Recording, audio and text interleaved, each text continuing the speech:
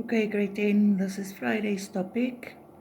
It's called Transpose formula or changing the subject. This really is Garo's or people. So we're going to make one symbol the subject of a formula, meaning you're going to get one of the unknown or variables onto the one side of the equal sign on its own. This starts on page 169. We have been doing this quite a lot, so I will just go through a few examples, not in detail, people. You got it in your textbook. I'm just going to emphasize certain points. So when you look at example 50, E equals D minus 3D, and they say you must make D the subject of the formula, so we want D on its own, people. Then very importantly, here we've got two terms. We've got the 9 and then the 3D. Once again, people, terms are separated by plus and minus, okay? So that side of the minus is one term, that side of the minus is the second term.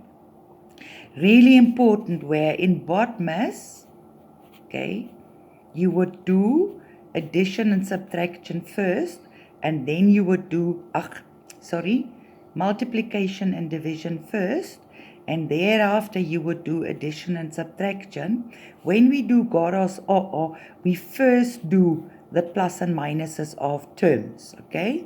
First move terms. And thereafter you will do multiplication and division. So that's really, really important to remember. Meaning if you go back to this one, you will first move, you don't need to move the 3D to that side, okay? You can actually move the 9 to this side, okay? It's not going to make a difference. But let's go along with this example. She moved the negative 3D to that side, which became positive, okay?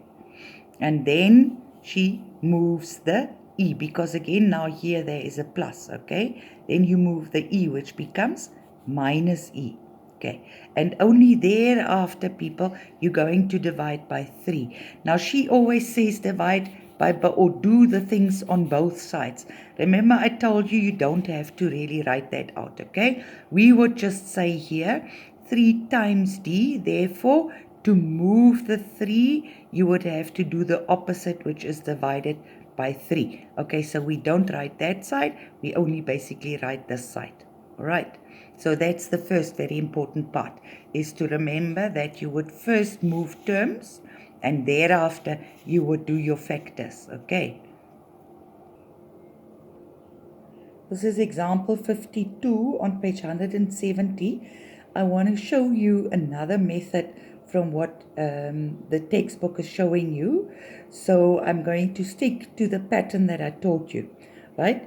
I said when you have terms, so here again, people, we have two terms, then first move the terms, okay?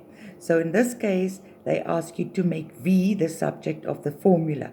There is the V, okay? So firstly, we're going to move the 3 over to that side, which becomes minus, which is then on the left T minus 3 equals, that is gone, we have 5 over V.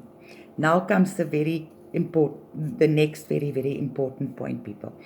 If the variable, okay, is the denominator, then denominator is the variable, then always move that first. Move that first. Meaning you will not move the 5, people, before you have moved the V. Okay? You first move your denominator, and specifically when it is the variable. Okay, so if we have to move that denominator now, people, on this side here, it is divided, meaning on this side it will become multiplied. That is then T minus 3 times V equals, on the right hand side, 5 left over. Okay, and now it's really easy. Now you can move the whole bracket, isn't it? Because between the bracket and the V is a multiplication, meaning you must move the bracket to the other side, making it divide by. So, if you move the bracket, then on the left-hand side is V, on the right-hand side is 5, and then you divide that by T minus 3. Okay. So this is really, really important, people, is to move the denominator specifically when it is the variable.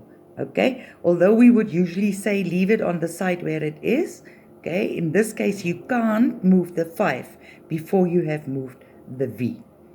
Next very, very important thing.